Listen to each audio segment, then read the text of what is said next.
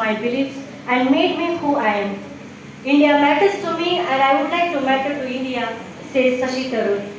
Respected and distinguished dignitaries on the dais and my dear charming patrons, a splendid and glorious morning to each one of you. On the increasingly globalized world, to get for us on the Caribbean island, but how many of us are well acquainted with the history and culture of our own land?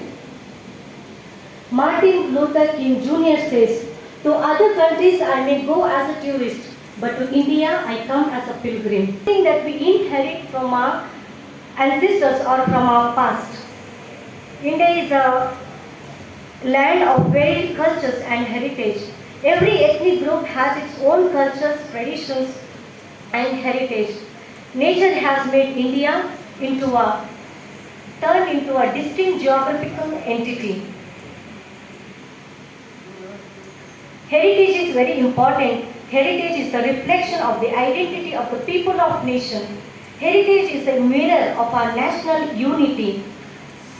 We have some of the traditions like folding our hands and saying namaste, touching the feet of the elders and the elders blessing the youngsters and so on. And these represent our ethos and personality.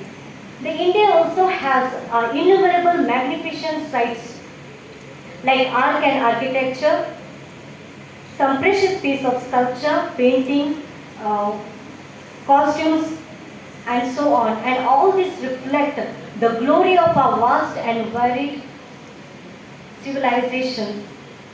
Therefore, many of the tourists and visitors are being attracted from various parts of the country and the world.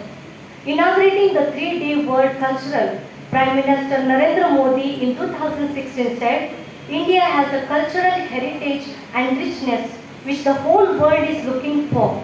With its spiritual medium, India has been connected with 155 countries of the world at the international level. It is not just connected with economics means, but also on humanitarian values.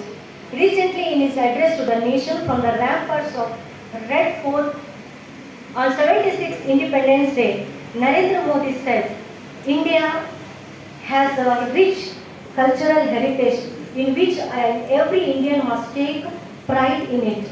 And he also spoke on Panch Pran or lifeblood resolves which we need to be adopted for the next 25 years as the country celebrates its 100 years of Independence Day. The first is make India a developed nation. Second, unity, fulfilling our duties. Fourth, taking glorious heritage, taking pride in our glorious heritage. Sometimes the question arises in our mind, why should we worry about old and outdated buildings and monuments? Some also think that old is dead and the future is uncertain. However, this is not right. So in conclusion, I would like to quote what Swami Vivekananda had said at the World's Religious Parliament in 1893. If anyone dreams of the survival of its own religion and culture, let's help, not fight. Assimilation, not destruction. Harmony and peace, and not dissension.